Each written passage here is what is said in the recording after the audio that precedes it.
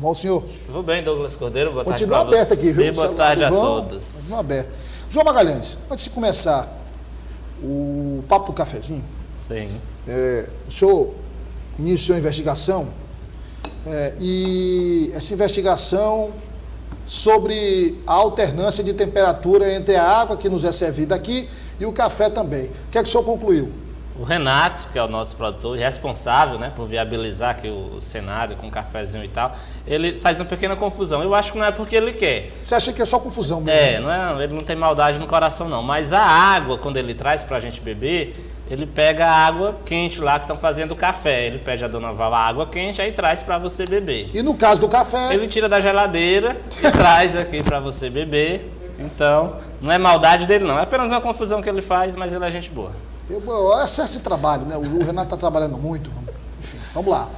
João Magalhães, olha, até eu sei lá, rapaz, a gente dizer isso. A gente sabe que é isso. A gente sabe que é isso. Mas é preciso dizer, né? Não tem pandemia, não tem, entendeu? Guerra, não tem nada. Banco não perde. Não, pelo contrário, nesse cenário de crise econômica, aí é que tem aumentado o lucro dos bancos. Inclusive é o nosso destaque de hoje, Douglas, porque ontem o Banco Central revelou que no ano de 2021, os bancos no Brasil bateram recorde de lucro líquido, ou seja, não é faturamento não, é lucro líquido, depois de ter pago todas as despesas, o tanto que sobrou no cofre dos bancos, e esse valor, esse montante foi de 132 bilhões de reais. E aí, de fato, é o maior recorde na história no que diz respeito ao lucro dos bancos, e eu trouxe esse assunto porque é um assunto que diz respeito à vida de todo cidadão brasileiro. Afinal de contas, o dinheiro que pertence aos bancos, obviamente, ele impacta diretamente na economia, na vida de qualquer cidadão. A gente vive hoje um cenário de crise econômica acentuada. É bom lembrar das 30 milhões de pessoas que vivem, de certa forma, no cenário de insegurança alimentar. É bom lembrar que muitas dessas pessoas hoje estão com o nome, né? São milhões de brasileiros que estão, por exemplo, com o nome negativado, mas por conta, assim, de uma certa política econômica, né, de juros altos, que dificulta o acesso ao crédito, consequentemente, também prejudica os investimentos, que é essencial para a geração de emprego e renda, mas em todo esse cenário, de fato, tem um setor que esse não pode reclamar da vida, que é o setor financeiro, né, que reúne ali os 5, 6 maiores bancos do país, que em 2021 tiveram 132 bilhões de lucro líquido no ano passado. E esse lucro líquido que o João fala, esse dinheiro todo que o João está falando, isso é um pouquinho de cada um de nós. E aí é onde tira entra... do João, tira meu, tira seu, da sua conta que está em casa. João, sabe o que é? Sim. De vez em quando, você vai lá ver a conta, quando tem coragem de abrir, aí você vai ver e tem assim, pacote de serviço, não tem? Pronto, sim. Ali pacote ali, aí você olha e diz assim, mas contaram R$4. Sim. R$4 de todos os correntistas. Isso, o pacote de serviço. Fora o que ganha em cada operação. Juros, né? Política de juros e tal. Operações de crédito. A melhor coisa do mundo é ser banqueiro. E a grande Quer dizer, do mundo eu não sei, mas no Brasil é. E a grande questão, nos últimos anos a gente só ouve falar em reforma tributária e nada dela avançar sobre os recursos do setor financeiro.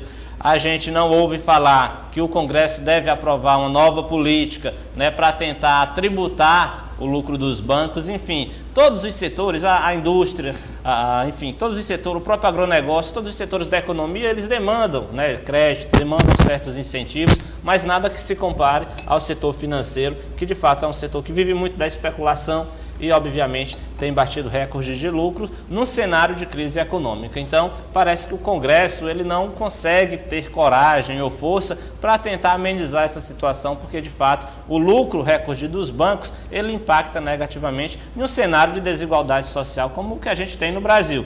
Enquanto milhões de pessoas vivem ali no cenário de dificuldade, enquanto a classe média paga, obviamente, uma alta tributação, a gente tem um setor que vive as mil maravilhas e parece que quanto mais aumenta a crise financeira, mais é um setor que se dá bem. Então, de fato, é algo a se constatar no próprio debate sobre a eleição do Congresso Nacional. Quando é que o nosso Congresso vai ter as condições, né, a coragem de enfrentar esse setor ele nunca sofre nenhum tipo de João, alteração na legislação. Eu acho que esses temas que você levantou aí, esses temas eles não passam na próxima gestão. Não há como o próximo presidente, seja quem for, não votar esses temas. Reforma tributária, taxação de grandes fortunas, imposto progressivo, né, ajuste na reforma da Previdência, ajuste na reforma trabalhista, reforma administrativa. Agora, reforma administrativa ela não pode acontecer, entendeu? Para parte dos funcionários se enquadrarem e outra parte se fecha.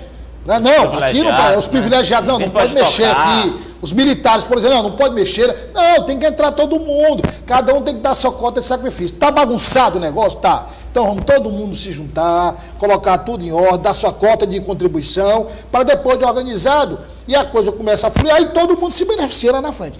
Não dá mais. É por isso é que estão dizendo os analistas políticos que a próxima eleição não é uma eleição para o mandato de 2022 a 2026.